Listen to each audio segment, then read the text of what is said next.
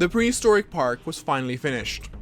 In the past couple of months, a whole bunch of new dinosaurs and other creatures have been added to be on full display to the visitors. Through recent DNA splicing, some real fan favorites and never-before-seen creations were thrown into the spotlight, and the park was about to officially open its doors to all of the people in the world.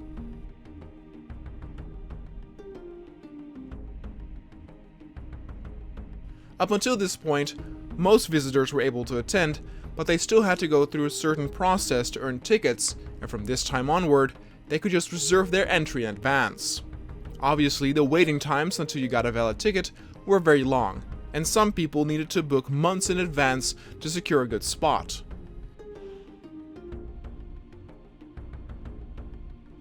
But there was one final surprise left to the public, even though this had been the talk of the talk on the work floor for a longer time. With the park now officially going to fully open and be considered finished, the initial holding cell would no longer be necessary. Therefore, the space that this required could be turned into a separate dinosaur zone, and thus, one more dinosaur could actually be added. And everyone agreed that this should obviously be the case. For then, the actual final dinosaur in the park would be the Tarbosaurus.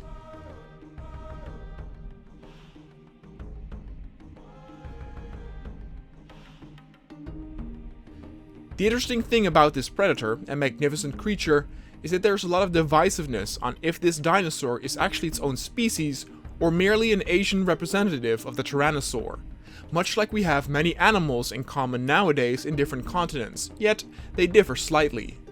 To make the Tarbosaurus a reality through DNA splicing, they used actual T-Rex DNA, so this creation would not wrap up this ever-ongoing discussion. But the Tarbosaurus was magnificent and almost looked like a leaner version of the T-Rex. It was considered an apex predator back in its time and would roam across the plains and riverbeds where its prey would often come to drink. In that sense, they can really be seen as the lions amongst the dinosaurs, since that behavior has not changed all those millions of years later. For this final zone, 2 Tarbosaurus were brought in, to of course stick to the couple setting with the larger carnivores. The unique thing this time was that the dinosaurs would not need to be airlifted with a helicopter, but instead the zone would be built around them. The fence foundation had been laid and vegetation was brought over to be planted, as well as a drinking spot and eating zone would be set. Then, when everything was in place, the Tarbosaurus couple was free to roam in their new, larger home, and they loved it.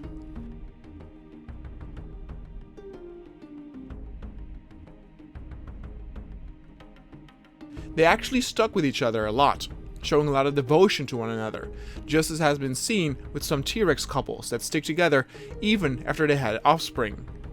And so these final additions were welcomed by the entire community, and even though they might indeed be a bit similar to that of a T-Rex, they were still distinct enough to where they could hold their own. They would also be often the first predator that the visitors would see, so they had earned their place amongst the greats.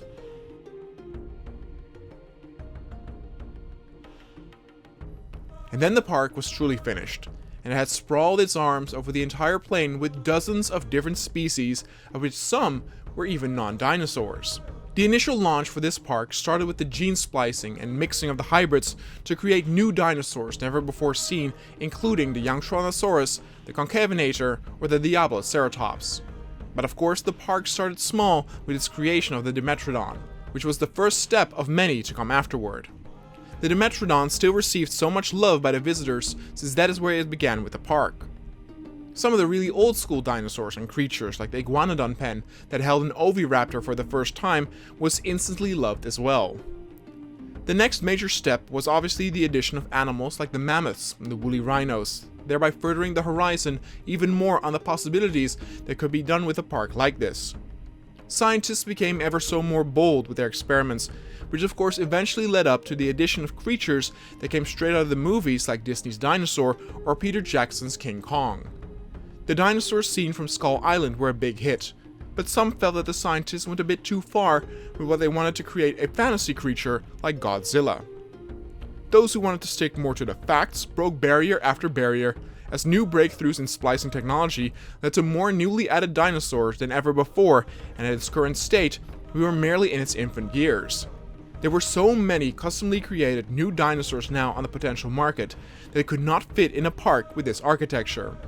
Another wide sprawling reservation might be something to consider when having this many creatures in one spot.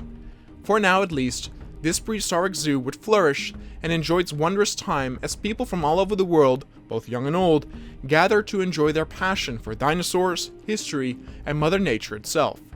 The sky's the limit with what would be next, but for now, this park's final chapter had been written.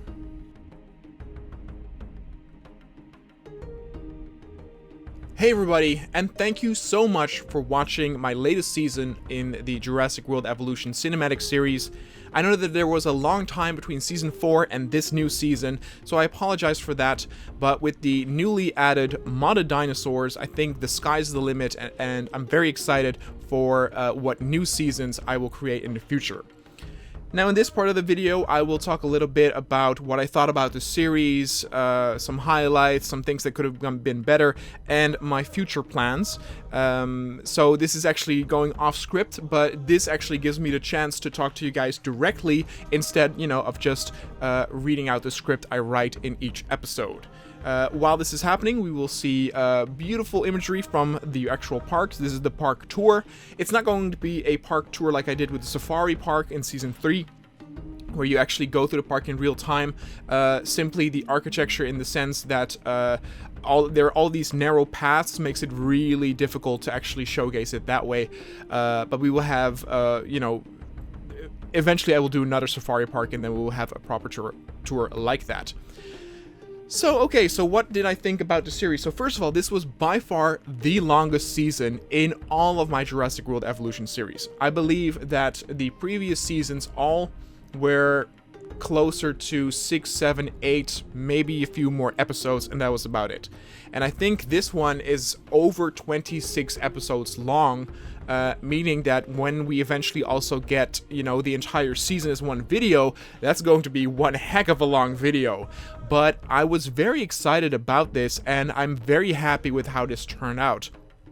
I try with each season, I try to have a different approach of what we're going to do, and of course in season 1 I already made a zoo, so I knew that since we were going to do that in this season again, I did want to go with a different approach. Now I did that in two things. One, I did that in efficiency with how I set up the park.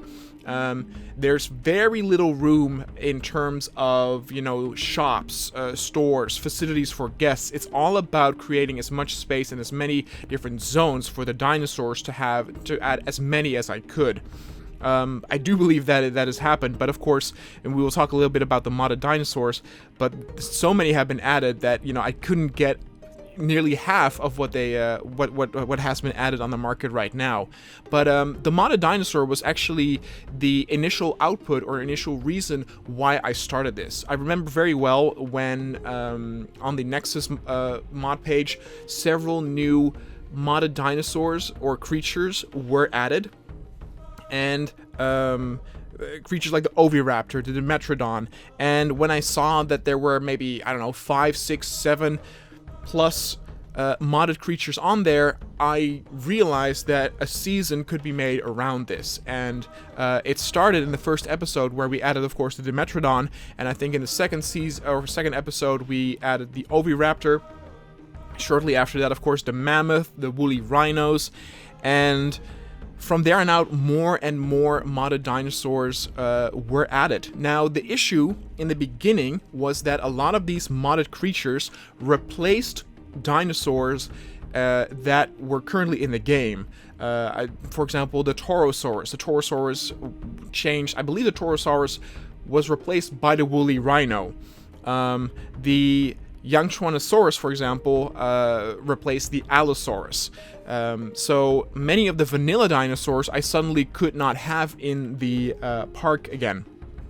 Because of that. Now, more recently, they've actually found a way to make all of these new modded creatures new species, meaning they will not replace the dinosaurs, and instead you can have the old vanilla dinosaurs plus all these new modded creatures. But this has only been a thing maybe in the last 2 or 3 months or so, so way back when the season started, this was not a thing yet, so for probably more than half I've had a lot of modded creatures that replaced the vanilla dinosaurs. Obviously, from this point onward, in upcoming series, when I add custom dinosaurs, I will probably only stick to the new species. Many of the old modded dinosaurs that replaced vanilla creatures have been updated to be new species, but there's a few still that will replace it, and I probably won't use them unless they get updated in the future. But I think it's absolutely wonderful what is happening in the modded community. I know that they were pretty strict in the beginning, and it was kind of a hassle to get these mods to work, and it mostly was just, you know, skins for the dinosaurs. But some of the creatures that have been added are absolutely magnificent and look, you know, just as good as the vanilla units, and some even more majestic and magnificent. So nothing but praise for what the modded community is doing there. And you know, I believe that currently there are over 200 unique species and creatures that have been added. So again, we can go on with these new seasons for a long while. Also, one thing, because I also wanted to talk about some things that, for example, didn't work in the series. The issue that, for example, came with replacing some of the vanilla dinosaurs is that sometimes, for example, you get a crash or you add a creature and some of the files get a little bit mixed up, or like, you know, you lose your backup file or whatever. And so what has happened before is, for example, that some of the modded creature files get modified, and throughout the series I have lost some of those custom creatures. I think, for example, the custom baryonyx was replaced by something else, and I forgot what. But basically, through editing, I kind of tried to showcase that this was not happening. But if you look closely, you can actually find a few shots where all of a sudden the vanilla types of dinosaurs are in these zones where I put a modded dinosaur in the beginning. But again, from this point onward, since I will only use new species, that should not happen again. And I was very happy with the response on the modded creatures. Again, I think it's absolutely awesome. It gives us an opportunity to both highlight what the community is doing and also adding way more creatures that, you know, there's a sense of mystery, there's a sense of wanting to see what's new. Because by now, we've seen pretty much all the vanilla type of content out there, and it's not really being updated, so it's up to the community to carry this game onward. And like I said, some of the highlights are like adding creatures that are non-dinosaurs. You know, having mammals in the park was something that I never thought would be possible in this Jurassic World game. And not to mention that the creatures are actually very convincing. That's the other thing too, is that they were very convincing, which I absolutely loved. One might also be a little bit surprised. I've had multiple comments saying that they predicted that there would be another outbreak. This, of course, happened in Season 1. This happened in Season 2. And though this did not happen at large in Season 3, there were a few episodes where there was like a tiny breakout, or there was an incident involving some human deaths. And I did not add that this time. And it's just because people predicted it, I thought it was a little bit cliche, and I really wanted to hold the focus this time on just the park, what new creatures have been added, what's their backstory, what's happening, and I feel like that was very cool. And again, there will be more seasons, so I'm sure that in future seasons things will go wrong again and people will get eaten, for those who want to see that.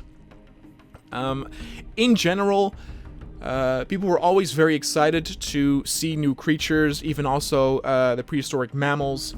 And the only time where there was a little bit of controversy, or people did not really see eye to eye in the comments, was with the addition of Godzilla. The way that came to be was the multiple people had asked and recommended the Godzilla mod, so I knew about this. But I also knew that up until that point, even though we had added some fantasy creatures, like for example the V-Rex or like the dinosaurs from Skull Island, in a sense they were still portrayed as realistic-ish looking dinosaurs. And Godzilla, of course, was a step, you know, in a different direction, where it was way more of a fantasy creature. And I knew that there would also be people that didn't like that. So that is why I did the voting poll back in the day on who wanted to see Godzilla in the park or not. Now, eventually, the people who did want to see Godzilla in the park had a vast majority. So even though I still got some comments saying like, they didn't really like that Godzilla got added, overall, people did actually really like it. And I personally thought that the look of the mod was actually very, very, very cool and very convincing. Some people kind of found it annoying that it was the Godzilla from the 1998 movie. There actually is another mod that has the more Japanese style, but again, in terms of looks, the Japanese one is not that convincing and looks, I don't know, a little bit, I don't know, it looks unfinished. So that's why I went with this version instead of the Japanese one. Then, before we talk a little bit about the future, let's talk a little bit about my personal favorites. One of them, obviously, was the Contour from the movie Disney's Dinosaur. I chose that one myself to be added. I thought it was absolutely amazing. What I really liked, I loved some of the vanilla dinosaurs that got an upgrade that looked really, like, I don't know, exotic and tropical, like the Ceratosaurus, the Styracosaurus, all these, like, wild colors and huge horns, making them look like they belonged in the Amazon or something. It was really magnificent to see what the modded community, or modding community, could do with the vanilla dinosaurs. It was really, really cool to see that. As I said, having the mammals being added was absolutely awesome, and it gave me a great idea for an upcoming season. But overall, I'm just really, really happy with how this turned out. You know, as I said, this was the longest season yet, and I started to give more background information and more story behind each dinosaurs, or behind each creature that was added, because I also started to notice that each episode kind of became similar to where I talked about, like, the sedating process and the helicopter transport process and blah, blah, blah. And I thought it would be cool to add a little bit more, you know, a little bit more flair, a little bit more flavor to many of these dinosaurs. So I combined some facts with a little bit of fiction and, you know, made some cool backstories there. So that was that. Now, before we talk about what the future season will hold, of course, I want to talk a little bit about the seasons that will be uploaded next. So I did talk about this in my update video that I did recently on the channel. But starting from next week, I will be uploading the entire video of Season 2, then in the week after Season 3, and then in the week after that, Season 4, which Season 4 has never been uploaded in its entirety, but I've managed to fix that. But one of the reasons why this is, and if you've recently watched Season 2 or Season 3, like the entire video, you will notice in the comments that people have been complaining about that there's no sound. The reason for this is because I used music that I got from a channel where it stated that this was copyright free and this was no issue. But I learned a hard lesson there, that even if people write stuff like that, it's not on black and white. So after a few years, I guess they changed their mind and they gave some copyright claims. So YouTube muted it. So, you know, that I could still get revenue from the video. But of course, that did make it to where the viewing experience, of course, became less. So because of that, I managed to tweak the audio, add some other music that would not be an issue, and will re-upload Season 2, 3, and 4. Well, actually, 4 has never been uploaded, but I will re-upload Season 2 and 3 in the next 2 weeks with fixed audio. So all of the dialogue or narration will still be in there. So if you've never actually seen the full version, then I will highly recommend you to check those videos out again, because they are very, very cool. I love Seasons 2 and 3. They're very different from the first, more vanilla type one. And I do some pretty creative stuff with the ones, especially in Season 3, where people have been saying comments why I don't use the Safari mode that has been added in the game. But what people don't realize is that when I made that season, they didn't have the Safari truck or the Safari tour thing yet. So the fact that I made a Safari park with that game, even though it didn't have Safari things in it, I thought was pretty clever. But so what are my future plans? First of all, the next season will first be uploaded to the Dino Talez channel. The Dino Talez channel will be in the description down below. I highly recommend you to please go check that out and subscribe to that channel. I will do dinosaur Let's Plays, dinosaur cinematics, narrative content. Of course, I have a lot of dinosaur games also upcoming, so that will be also there. And eventually, then after that, some of the summaries will be uploaded to the Konoha channel then as well. I have several ideas for what I want to do. For example, I do also want to make another safari park now with the proper safari tools that we got from the game with the update. I of course also want to explore more of the modded dinosaurs that have been added, but what I am going to do, I think, for the next season will be a lot shorter again. It might be about 5, 6, 7 episodes, but I want to try and make a sort of like prehistoric zoo only with non-dinosaurs. Now, hold on before you think, oh, but the reason why I'm watching these series is because of the dinosaurs. But hold on, again, it's not going to be a super long season, and they've added some really cool creatures that were not even featured in this season. Like, they have the giant centipede, like the prehistoric centipede thing that you might know if you've played Ark Survival Evolved. They have like the big, sorry, I don't, on the top of my name, I don't know all the names for all the mammals and stuff, but they have like the giant monkey or the giant ape that looks like a giant orangutan. They have the dodo bird that I didn't add in this thing, and many more. They recently added like a prehistoric like cheetah looking thing. I don't think it's a saber tooth, but again, many mammals and other non-dinosaurs have been added, and so I think it would be very cool to make a zoo only with these prehistoric mammals and non-dinosaurs to see what's out there and how far we can go. I've written down the non-dinosaur creatures that I saw on the Nexus mod, and I think I came around, I don't know, 14 or 15 different creatures, so that's definitely enough content, enough creatures for a few episodes here and there. And I think it would also be cool. I know that people have been asked for a zone where I will mix, for example, the mammoths and the woolly rhinos, so we can also actually do that. So that's actually going to be very cool. So yeah, that's pretty much about it, and that's what I have planned for the future.